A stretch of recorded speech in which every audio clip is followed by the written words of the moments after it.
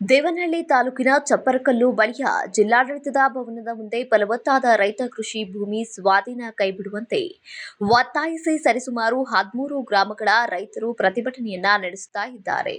ಇನ್ನು ಟ್ರ್ಯಾಕ್ಟರ್ ಮೂಲಕ ಕಚೇರಿ ಮುಂದೆ ರೈತರು ಪ್ರತಿಭಟನೆಗೆ ಆಗಮಿಸಿದ್ದು, ಅದರ ಜೊತೆಗೆ ಅಕ್ಕಿ, ರಾಗಿ, ದವಸ ಧಾನ್ಯದ ಜೊತೆಯಾಗಿ ಸೌದೆಯನ್ನ ಕೂಡ ತಂದಿರಿಸಿಕೊಂಡಿದ್ದಾರೆ.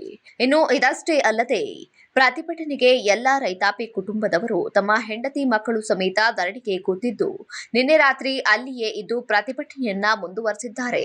ಅದರ ಜೊತೆಗೆ ಅಲ್ಲಿಯೇ ಅಡಿಗೆ ಮಾಡಿಕೊಂಡು ಮಲಗಿದ್ದಂತಹ ರೈತರು ಸರ್ಕಾರ ಈ ಸಮಸ್ಯೆಯನ್ನ ಬಗೆಹರಿಸುವವರೆಗೂ ನಾವು ಧರಣಿಯನ್ನ ಬಿಡುವುದಿಲ್ಲ ಅಂತ ಪಟ್ಟು ಹಿಡಿದುಕೊಂಡು ಕೂತಿದ್ದಾರೆ.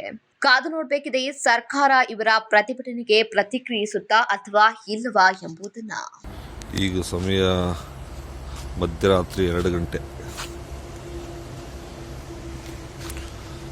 ಚನ್ನರಾಯಪಟ್ಟಣ ಭೂಸ್ವಾಧೀನ ವಿರೋಧಿ ಹೋರಾಟ ಸಮಿತಿಯವರು ಬೆಂಗಳೂರು ಗ್ರಾಮಾಂತರ ಜಿಲ್ಲಾ ಕಚೇರಿ ಮುಂದೆ ನಡೆಸ್ತಾ ಇರತಕ್ಕಂಥ ಧರಣಿಯಲ್ಲಿ ನೂರಾರು ರೈತರು ಪಾಲ್ಗೊಂಡಿದ್ದಾರೆ. ಒಂದು ಕಡೆಗೆ ರೈತ ಮಹಿಳೆಯರು ಇಲ್ಲಿ ಜಿಲ್ಲಾಧಿಕಾರಿ ಕಚೇರಿಯ ಮುಂದೆ ಮಲಗಿದರೆ, ಮತ್ತೊಂದು ಕಡೆ ಇಲ್ಲಿರ್ತಕ್ಕಂಥ ರೈತರೆಲ್ಲನೂ ಕೂಡ ಮಲಗಿದ್ದಾರೆ.